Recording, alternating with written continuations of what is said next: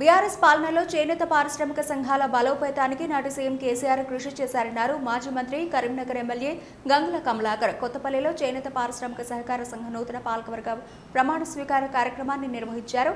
ఈ కార్యక్రమానికి మాజీ మంత్రి గంగుల ఎమ్మెల్యే గంగుల కమలాకర్ ముఖ్య అతిథిగా హాజరై నూతన పాలకవర్గాన్ని ఘనంగా సన్మానించారు. ఈ సందర్భంగా వారు మాట్లాడుతూ చేనేత కుటుంబాలను ఆదుకున్న ప్రభుత్వం ఏదైనా ఉందంటే అది బీఆర్ఎస్ పార్టీ ప్రభుత్వమేనన్నారు. తెలంగాణ రాష్ట్ర ప్రజలకు అన్ని వర్గాల ప్రజలకు పండుగల్లో అందించే చీరల తయారీ ప్రక్రియను సిరిసిల్ల నేత కార్మికులకు అప్పగించిన విషయాన్ని గుర్తు చేశారు.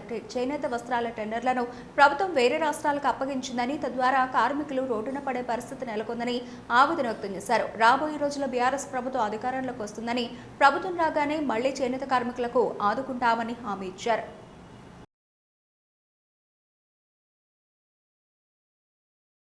ఈ యొక్క సొసైటీ 49 అంటే మన తండ్రులు పుట్టినప్పుడు ఇంత గొప్ప చరిత్ర గల సొసైటీ.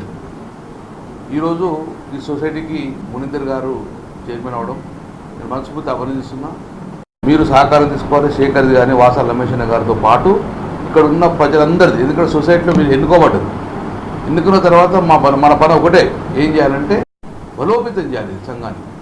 ఒకప్పుడు మనం 1000 రూపాయలు కడితే టీఆర్ఎస్ ప్రభుత్వం ఉన్నప్పుడు 2000 రూపాయలు గవర్నమెంట్ తీసుకొని పొదుపు కార్యక్రమం ఉండేది. కానీ ఆ కార్యక్రమం ఇచ్చే పరిస్థితి లేదు.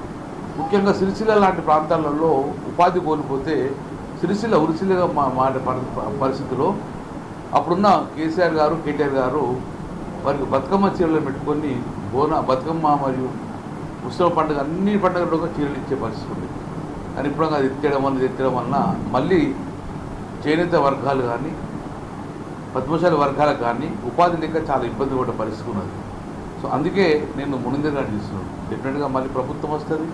మళ్ళీ మీ హయాంలోనే ఈ యొక్క చేనేత వర్గాలన్నిటి కూడా సహాయం పొందే విధంగా మళ్ళీ ఎట్టి పోస్తుండగా మళ్ళీ వాళ్ళ గతంలో ఎలాగైతే 10 సంవత్సరాల టీఆర్ఎస్ ప్రభుత్వంలో ఎలాగైతే వాళ్ళ సంపాదన ఉన్నానో ఆ సంపాదన ఉండే విధంగా ఉండాలి. ముఖ్యంగా మీరు దయచేసి ఈ సంఘాన్ని బలోపేతం చేయండి.